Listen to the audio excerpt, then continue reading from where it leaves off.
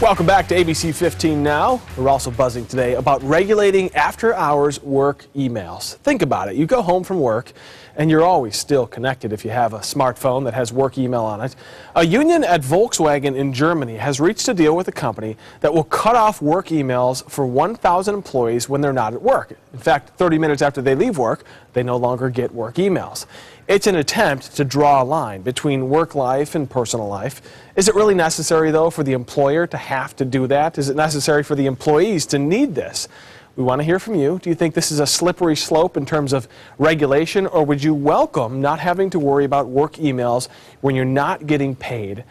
Vince, you're the general manager at Turf Paradise. I got to imagine you're a busy guy. Can you ever truly cut the cord between work and personal life?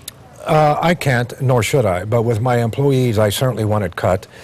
Tuesday, when we have staff meetings, and then we're off Wednesday and Thursday, I tell them, forget about Turf. Yeah. Go home, relax, play, because what we have found is that that balance really makes for a more productive employee. When they come back for the next run of days, Friday through Tuesday, they are indeed just that. Now, me, no, I have to remain on call because of the track or because of the town. That's expected. Yeah. But I really don't want to invade into my employees' space when it's their time off. Well, and you and I were talking before the show here, and I asked you about going home from work, and you said, well, when I go home from work, I have to put on my other hat as mayor. Yes. So you truly are always kind of accountable to somebody. Exactly, and I accept that with those positions, and I should be, because when things happen in the town of Cave Creek and the marshal calls me, I have to be available.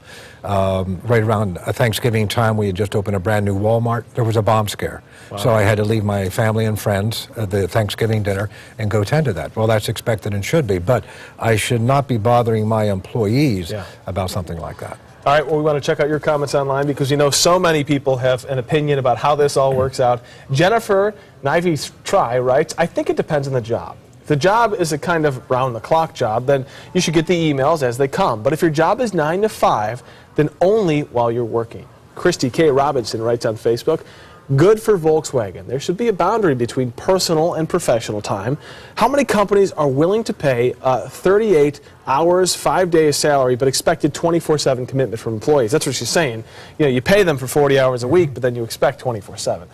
Donna Bean Brown writes, I would welcome not receiving work emails after work. However, I suppose it would depend on the type of work being done. And I think that's what it comes down to, is this isn't something that can be applied to every job. I mean, here at ABC 15, we cover the news. So when news happens, you know, all of us have to be somewhat connected, if you will. Available, you're called in, exactly. Yeah. When there's an emergency in Cave Creek, I'm the first one that's called, and I may have to call others, and we address the emergency. Absolutely. All right, well, thank you for that insight. Thank you guys for joining us online in this conversation.